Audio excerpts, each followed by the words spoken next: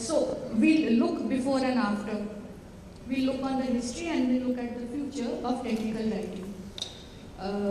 Me, that's Anindita, and okay. So what is technical writing? It's solving human problems, some tasks in daily life or in scientific, administrative, or technical fields. But what does a technical writer do exactly?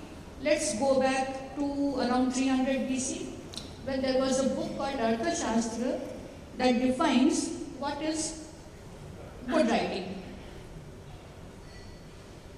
Product knowledge. Understand what you are writing about and only then commit it to writing. So, how do you commit it to writing? Again, referring to Arthashastra. Audience analysis. Tailor your writing according to the person who is going to use that piece of writing. As ancient as around the time that Alexander came here. Okay, now let's look 4,000 years before today. Let's look at Mesopotamia, Iran, that's currently Iran. We have an example of imperative statements, notes, cautions, warning. You should not pass judgment when you have drank, when you had beer. That's from the instructions of Shuropa. Let's fast forward a few years from Roman Italy. Instructions, task-based, task-focused writing, how to plaster your house. From Cato the Elder, just in case you're curious. Fast forward another few years, around the time that Talmud is coming to India. In faraway England, there is a person writing on astrolabes, very focused, very task-focused writing about how to find the altitude of the sun. Just few sentences, and this is what we are doing even today when we are talking of CTR and data. Again, CTR and data.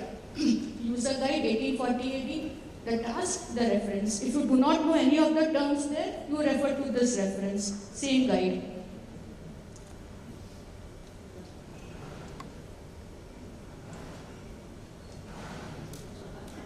Shall I help you write a letter? We all know clearly.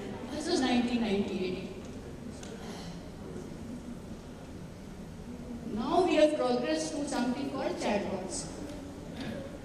Instant support, interactive, in real time, that started with contextual help and moved on to search, where you type keywords and get answers, where you also get insights into user behavior, user preferences, and then you tailor your writing to work with your search engines and to work with your chatbots.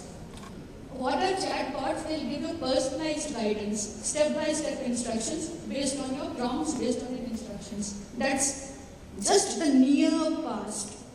Now we are coming to the kind of present, the present and the future. What is the future then?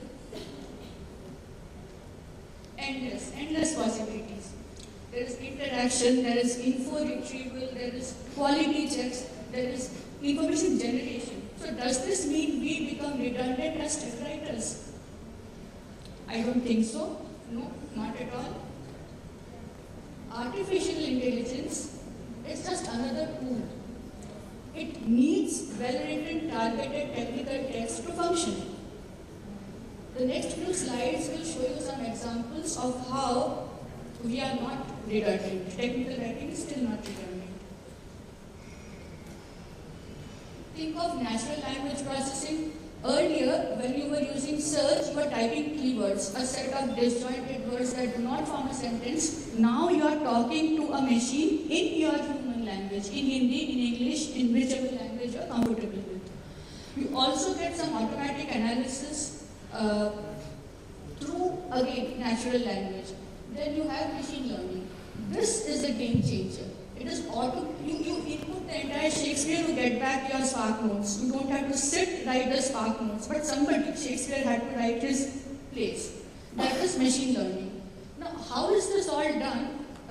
Let's look at a very high-level view. That's intelligent retrieval systems that fetch you more relevant content based on training on domain databases. Then there are relationship graphs, there are temporal and spatial graphs that connect these entities so that the machine can fetch you relevant data. Image generation. If you've used Mermaid.js, this is going to be the future, next level Mermaid.js. Having an artist sit by you, take structured information and generate a diagram for you. That's going to be the future. What happens when there is no data? All of this needs some data to function. This is where your human comes in. This is the human in the loop that probably Shashank was referring to earlier in the morning. You need a constant feed of data for the machine to get trained. End of the data, you need a technical writer. What does the technical writer do then in this scenario? They create structured, bite-sized, consumable question-answer format, kind of question-answer format, technical content that machines can ingest, process, get trained on to reduce the processing time and to enhance the accuracy of the data that, when it's accuracy, I mean the relevancy of the data that is returned. This is our future. We still have a job.